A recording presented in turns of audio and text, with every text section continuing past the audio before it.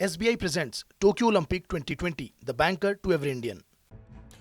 अब बात Tokyo Olympic से जग रही मेडल की उम्मीद से 1966 में एक फिल्म आई थी लव इन टोक्यो। फिल्म की शूटिंग टोक्यो में हुई। जॉय मुखर्जी और आशा पारेख की ये फिल्म हिट भी हुई। इस फिल्म का गाना सायोनारा सायोनारा आपको अच्छे से याद होगा। अब अगर आप ये सोच रहे हैं कि हम करीब 6 दशक पुरानी फिल्म का जिक्र क्यों कर रहे हैं, तो इसके पीछे भारतीय तीरंदाजों का लव इन टोक्यो कनेक्शन है।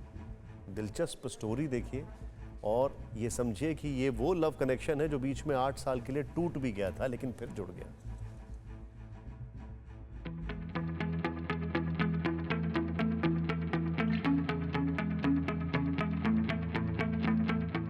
गुरुवार का दिन भारतीय तीरंदाज अतानु दास के लिए खास था। उन्होंने लगातार 2 मैच जीते। प्री क्वार्टर फाइनल में अतानु दास का मुकाबला कोरियाई तीरंदाज जिन हेक से था। लंदन ओलंपिक्स और रियो ओलंपिक्स में गोल्ड मेडलिस्ट रहे हेक और अतानु का मुकाबला शूट ऑफ में पहुंचा। शूट ऑफ में जैसे ही अतानु ने 10 पॉइंट पर निशाना साधा, जीत उनके खाते में आई।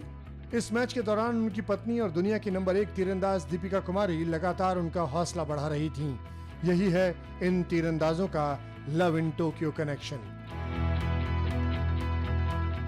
दरअसल दीपिका कुमारी और अतानु दास दोनों ने तीरंदाजी में मेडल की उम्मीद को कायम रखा है। शुक्रवार को दीपिका कुमारी का क्वार्टर फाइनल में मुकाबला रशियन ओलंपिक कमेटी की सेनिया पेरोवा से होगा। दीपिका कुमारी अगर जीत जाती हैं तो सेमीफाइनल में चली जाएंगी। शनिवार को अतानु दास जापान के ताकाहारू फुरुकावा से भिड़ेंगे।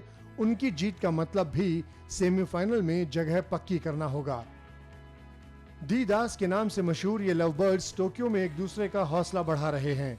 दीपिका और अतानु की मुलाकात 2008 के आसपास हुई थी। दोनों जमशेदपुर में तीरंदाजी की बारीकियां सीख रहे थे। इसके करीब 1 दशक बाद दोनों ने 2016 रियो ओलंपिक्स में एक साथ हिस्सा लिया। हालांकि अब भी दोनों ने एक दूसरे के दिल पर निशाना नहीं साधा था। ये शुरुआत हुई 2017 में। 2017 में मेक्सिको में वर्ल्ड चैंपियनशिप में भारत की बड़ी हार दोनों को करीब लाई। दोनों घूमने फिरने निकले, बातचीत हुई, कुछ कंफ्यूजन्स दूर हुए और दोनों को समझ आया कि ये कहानी तो दरअसल इनकार में इकरार जैसी, मतलब प्यार जैसी है। दोनों ने जीवन के तमाम रास्तों पर साथ चलने का मन बना लिया। हालांकि दोनों ने इस बात को लंबे समय तक पर्दे में ही रहने दिया।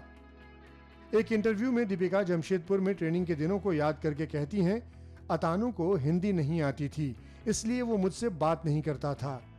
जबकि अतानु कहते हैं, बाद में जब जान पहचान हो गई तो छोटी छोटी बातों पर झगड़ा होता था, यहां तक कि तुमने मेरी बोतल क्यों ले ली।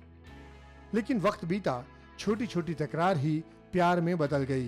दीपिका और अतानु ने तय किया कि वो टोक्यो ओलंपिक के बाद शादी करेंगे, लेकिन कोरोना विलेन बना। टोक्यो ओलंपिक 1 साल के लिए टल गया। ऐसे में इन दोनों ने तय किया कि वो इस खूबसूरत रिश्ते में बंधने के लिए अब इंतजार नहीं करेंगे। पिछले साल जून में दोनों ने शादी कर ली।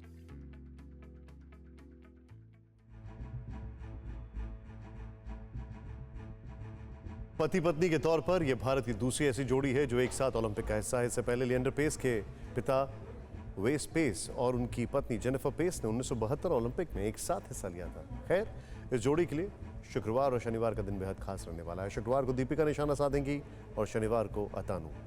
दोनों यही दुआ कर रहे होंगे कि जीत का जश्न साथ मनाने का मौका मिले। हमने की गलती फिर एक बार, कोरोना ने किया दोबारा प्रहार। मास्क, 2 गज दूरी, करें अपनी सुरक्षा पूरी। कोरोना टीका हम सबको लगाना है। मिलकर साथ समझदारी से कोरोना को हराना है।